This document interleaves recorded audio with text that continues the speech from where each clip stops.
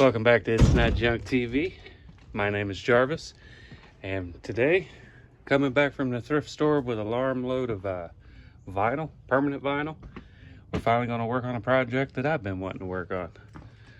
If I can make this stuff in here, we're losing it as we go. But I've been trying to collect up some of this stuff. I went down to this little thrift store, found a little pile of this stuff. I think it's time. I've got a set of drums here that's got an awful finish on them. It's faded. You can see what it was and what some of them are. But I think we're going to strip down all the hardware, reattach some of this original plastic liner. I want to leave it because I don't want to stick this vinyl directly to it. But I think that's what we're going to do in this episode. We're going to continue on with can we save some instruments. So hang tight. We're going to get started breaking these apart and see what we can do with them. All right, here they are. Here's these shells that I'm going to try to rewrap and do something with. I've already started pulling the hoops and rings off of them. You can see huge color. Whatever this plastic that they've got, it may be stuck on there. I assume it's going to peel off when I start taking this hardware off. Like I said, I've already started pulling the heads and the hardware off of it. So I think now I'm just going to finish getting it stripped down. Get the rest of the heads off of these. Toss all this hardware into my big bag of hardware. There's a bunch of stuff there. So when I go put it back together, I'll have a good variety of things. Because a lot of these original clamps and hold downs, like that one you're missing there, they were snapped off and broke. I picked this set up off of a marketplace. I don't remember what I get for it, but it wasn't much. 40 bucks, I think. And there was some junk cymbals. There was a snare with it. Nice Tama Rockstar. Yeah, a Tama Rockstar, which, you know, not huge top dollar stuff, but still pretty cool. So let me get these broke down, and then we'll go cut some vinyl decals. I kind of think I know the direction I'm going to go. But we'll look at all that after I get these done.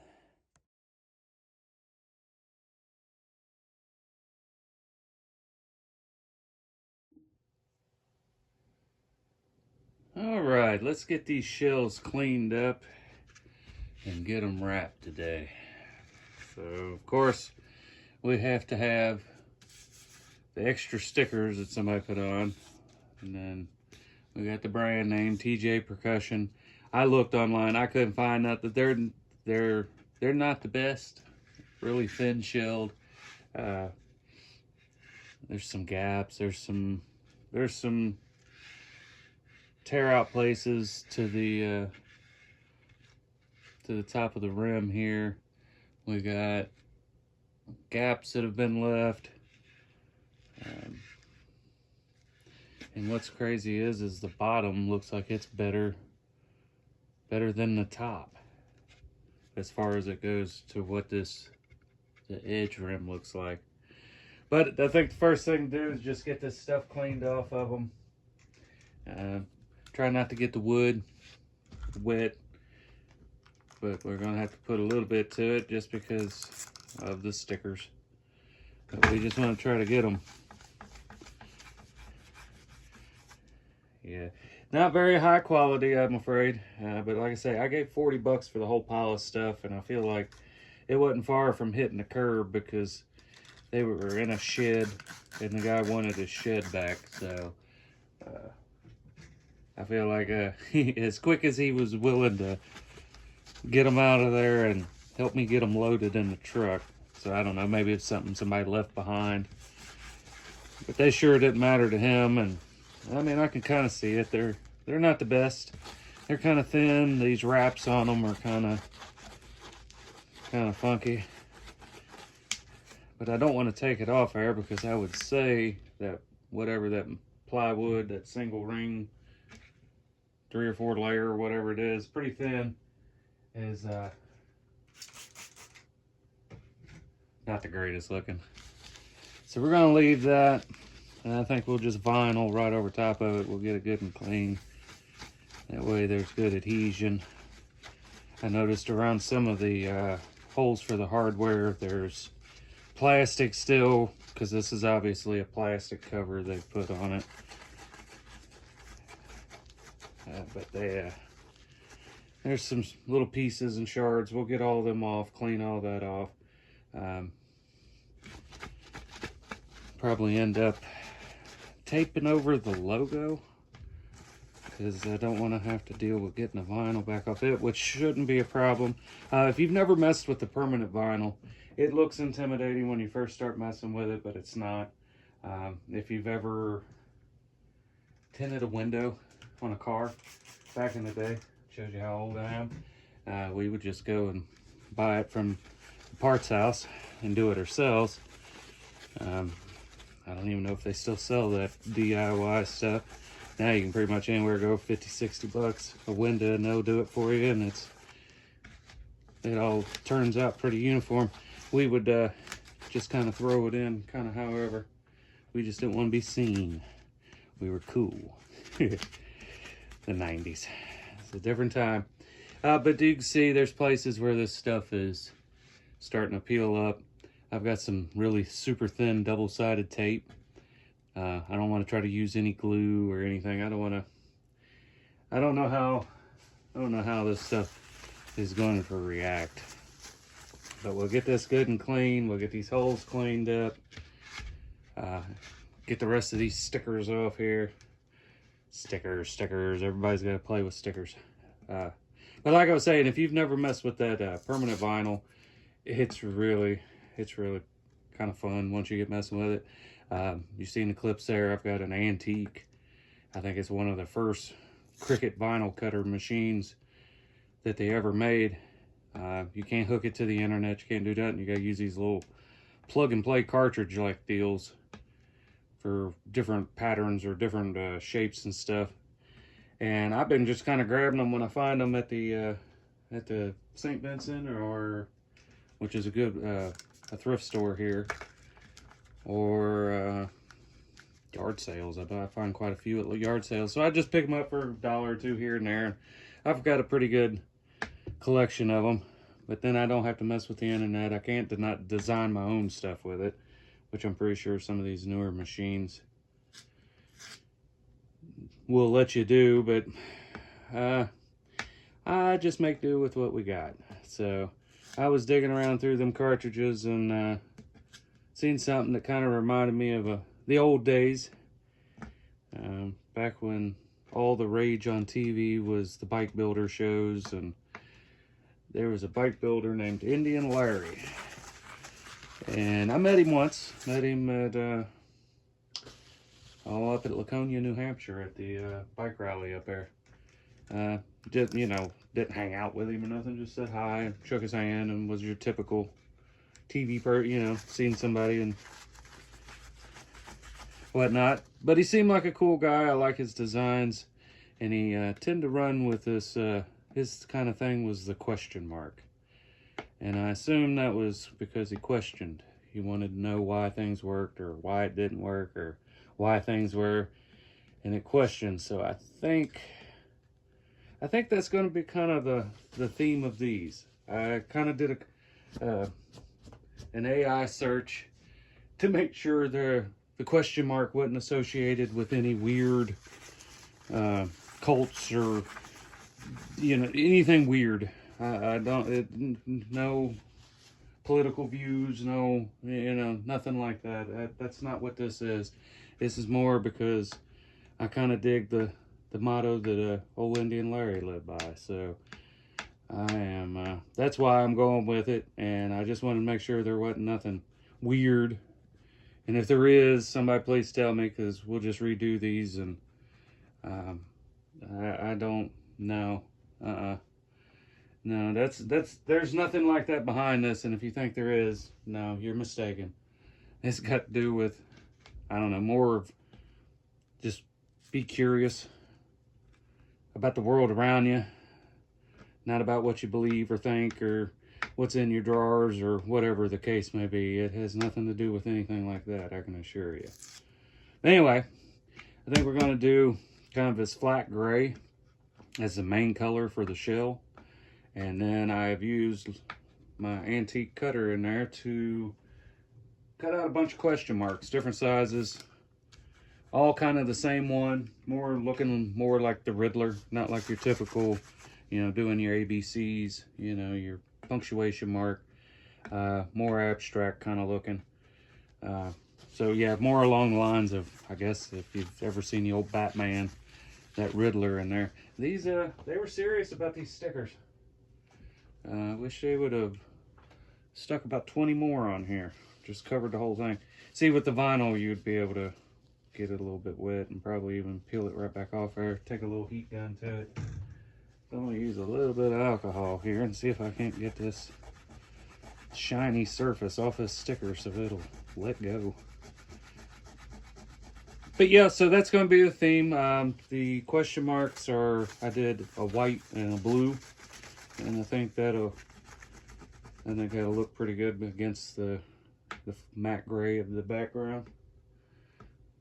So that's kind of the shape we're going with.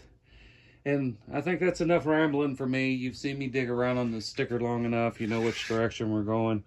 The insides of these, they're not even wiped down after they drilled them. That's all right. We'll get it. We'll make them better than what they was. So let me fight with these stickers and clean all this mess back up so we don't get it mixed into our vinyl, and then we'll start getting this wrapped with vinyl. I do believe I might go ahead and mask over top of this to add another layer. That way it's a little thicker, and then when I go back and cut the vinyl around it, I've got an edge to follow with the knife. I'm not just trying to follow this little microscopic edge right here. So, but yeah, let me fight these stickers, and when we come back, it'll be time to start wrapping this thing in vinyl. We'll get everything together for it. All right, we got all the stickers cleaned off these goofy things.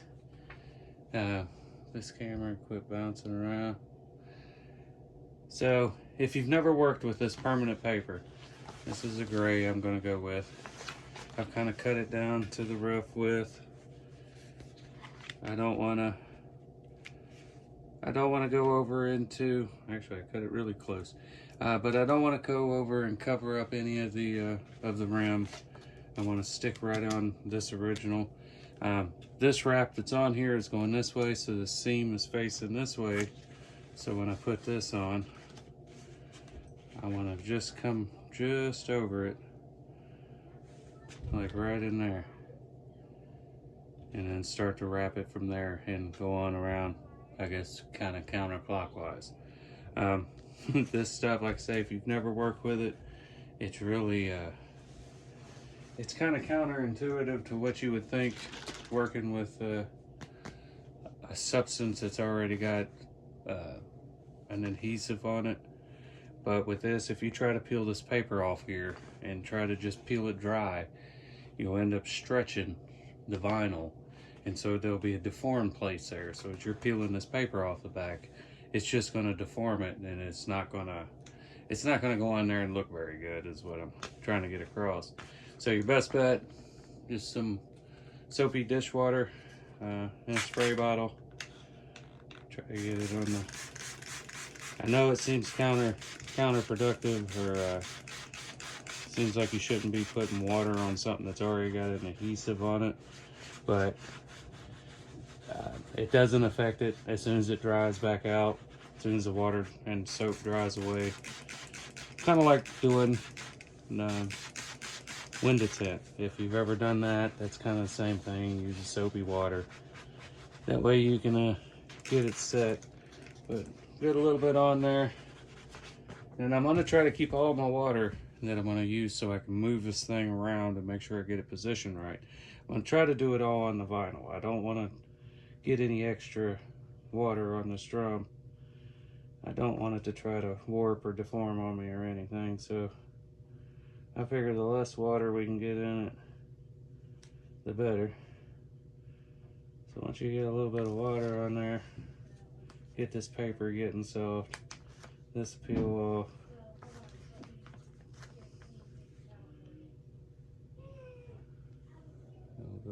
peel this about halfway back. Then we'll go ahead and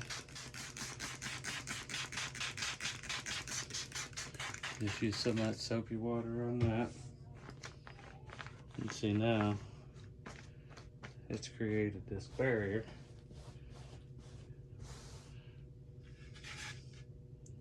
Let's see where we gotta be with this. Let some of that water run down because that was just a tad too much. Like I say, I want it to be just past that. A couple just little spring clamps. I'll try to keep it somewhat straight.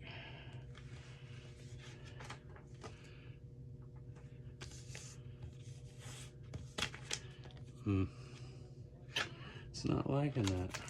Well, I think, how about this? We'll run it right up to it. I've never done this before, if anybody's wondering. I just assumed it can be done. I've wrapped other things. Had pretty good luck with the vinyl wrap. Alright, make sure she's good and started there. I can go back and trim afterwards. Anything. Another spring clamp.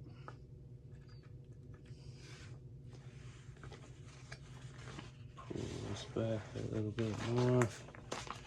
Let's see, we'll roll this forward.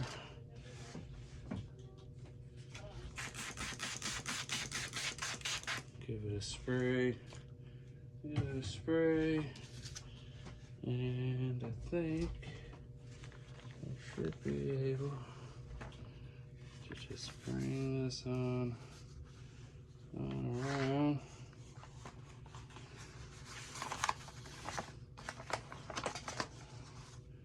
Move that way. And bring. See, there's a spot there it didn't have no water on it. Hopefully I didn't put too much in stress into it. Now you're gonna see the vent, the holes there,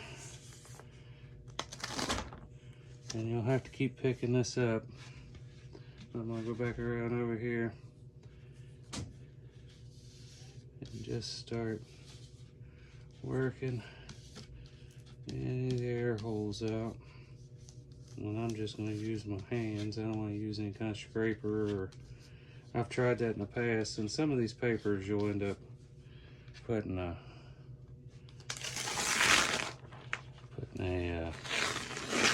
scuffing it, and then it not looking near as smooth as it could.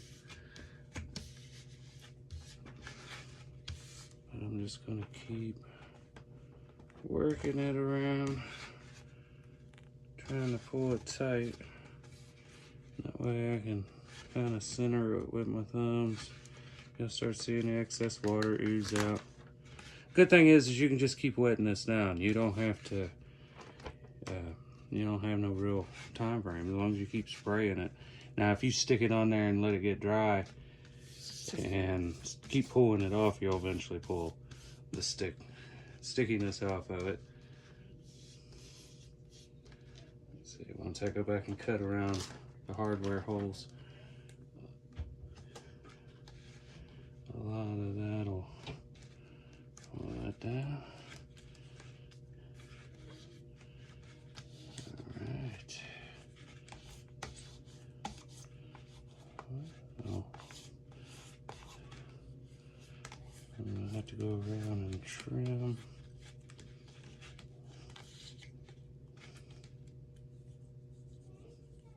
There's the sound hole. And I gotta find, I don't know what I did with my utility knife.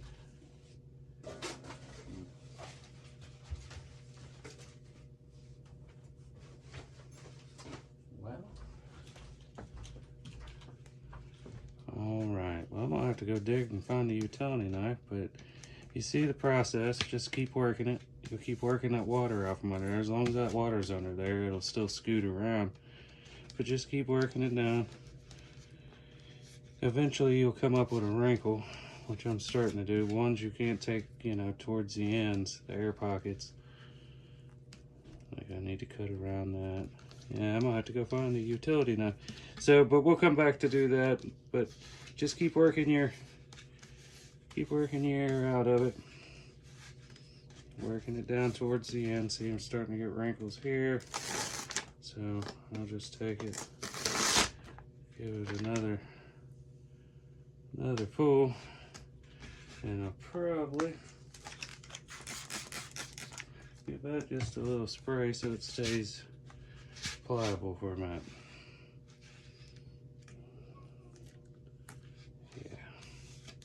Yeah, see, it's starting to lay down. It's just a matter of process of working it, getting the air bubbles out of it. Like I say, I'll come back and I'm gonna start trimming around the hardware holes, and then I can push out some of those bubbles around it and get it to lay down more. But let me work this a little bit, and when I come back, I'll show you where we're at.